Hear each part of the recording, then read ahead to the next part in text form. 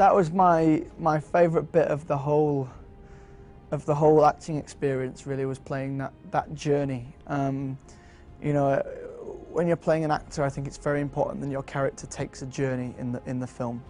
It's the whole point of it, and Neville does that and then some. You know, he's an incredibly inspiring character. What J.K. Rowling created there is superb. He sends out such a great message to people, you know, that you can be this shy, vulnerable child that's bullied and isn't particularly good at school, because he's terrified or whatever, and yet it's not the be-all and end-all. You can go on and you can be whoever you want to be, and you can be a hero, and that's what Neville is. And yeah, that's inspiring stuff, and I feel very honoured and privileged to have been able to play that for 11 years, and it's definitely been my most enjoyable part of playing Neville Longbottom, his journey to hero.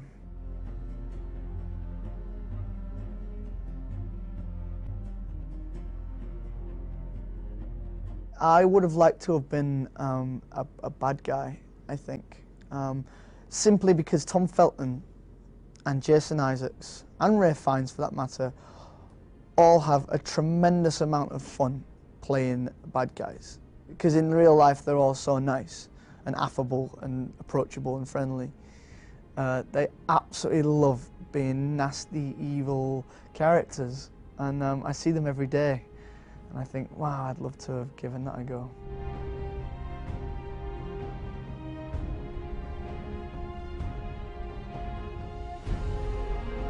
To be honest, I'm thinking on a more practical scale here. It'd be Aloha Mora to unlock stuff, because I'm, well, like Neville, tremendously forgetful, very, very forgetful, and I forget keys. I lose keys, so I get locked out of my house, my parents' house, my locker at the gym.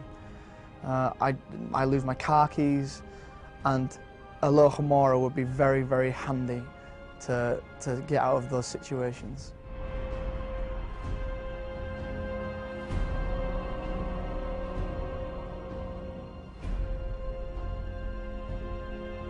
I love the fact that Neville's just an everyman, you know? He is not Tom Cruise, he's not the captain of the Quidditch team. He's just a guy who's going about his business, who ends up in a really rubbish situation, and comes through and decides that he is going to do the right thing. And he's a hero and he doesn't even know it, you know? And I love that about him. He's so innocent and so pure, and that's great. And what will I miss about playing him? I will miss the fan reaction to him, I think.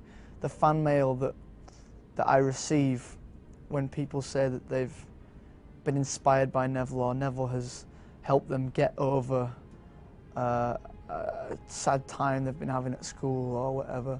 That, as an actor and as a human being, is probably the best feeling you can ever have, that a piece of your work is inspiring people's lives for the good. And I will miss that an awful lot.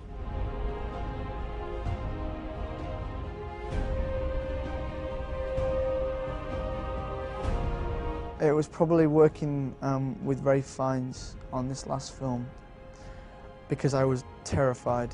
I mean, I was absolutely petrified, and we started the scene, and it very quickly just sort of, everyone else just melts away, and it's just tunnel vision, just you and Ralph in the scene, and he's so spectacular, and he's got such a presence and an aura on set that it just, you know, his ability demands respect, and it meant that I had to up my game a great deal, and I like being challenged, I like being out of my comfort zone, and that's exactly what I was, but I loved every minute of it.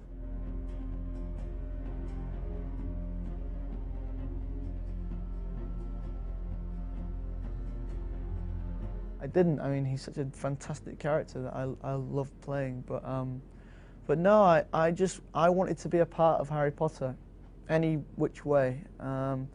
You know, I think when I auditioned, obviously the idea was Harry Potter.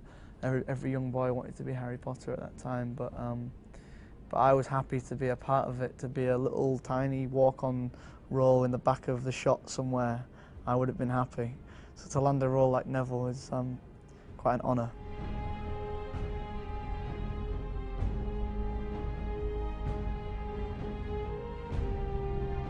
I will not forget Alan Rickman's performance in this last film. It is, in my opinion, the best performance of the entire series of anyone.